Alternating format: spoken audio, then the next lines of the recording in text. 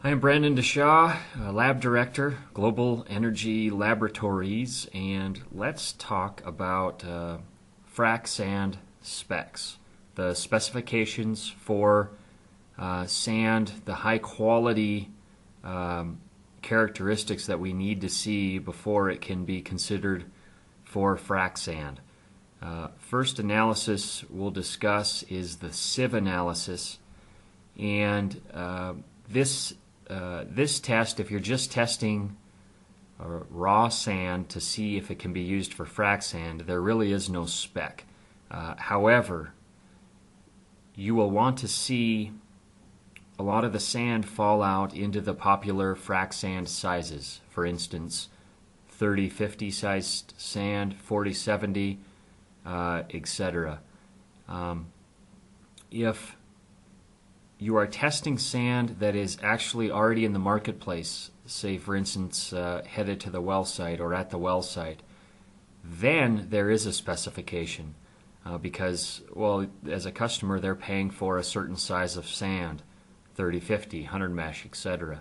So of the sand sampled, you want 90% of the sand to be of the advertised size. And by the way, these specifications that I'm talking about are all the American Petroleum Institute API settings from recommended practices 56 and 19 Charlie. So, okay, we covered sieve analysis.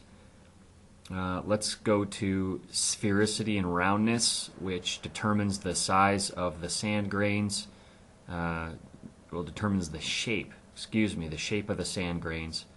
I have another video that talks more in depth on exactly what you're looking for, sphericity and roundness wise. I'm not going to go into the description here, but what the API recommends is that frac sand be of sphericity of 0.6 or higher and roundness of 0.6 or higher.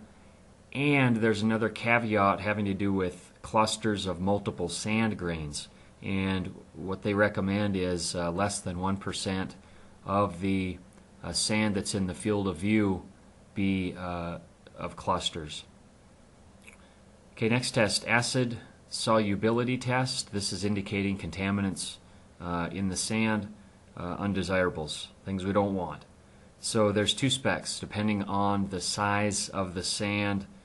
First specification, which is for sand that is sieve size 612 through 3050, so some of the larger sand.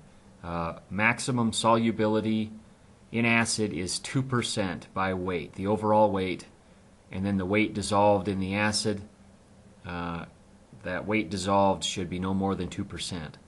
For smaller sized sands, sizes 4070 through 7140, we want to see a maximum solubility of 3% by weight.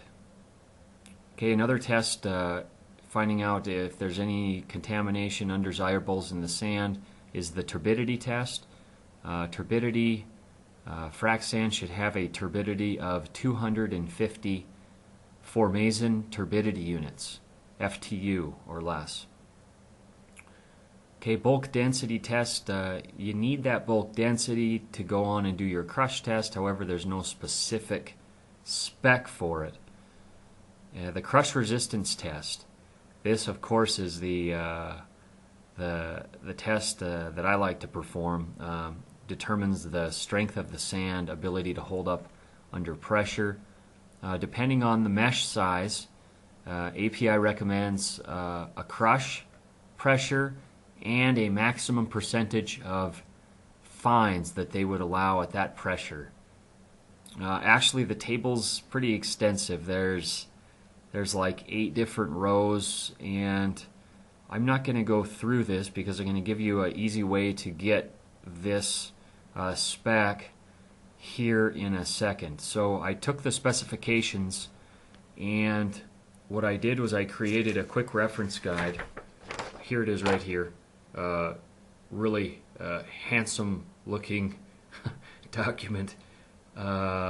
anyway, this quick reference guide has the specifications that I just went over in a nice column form, laid out neatly, easy to refer to, something you can have.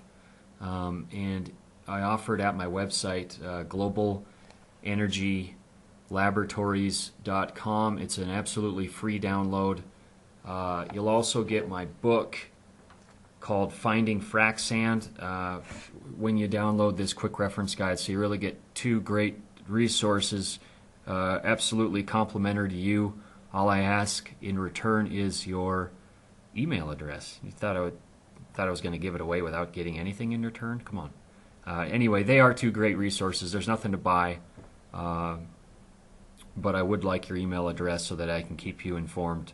You can unsubscribe anytime from my emails. I do a daily email on frac sand and other things that you need to know about. So those are the frac sand specs.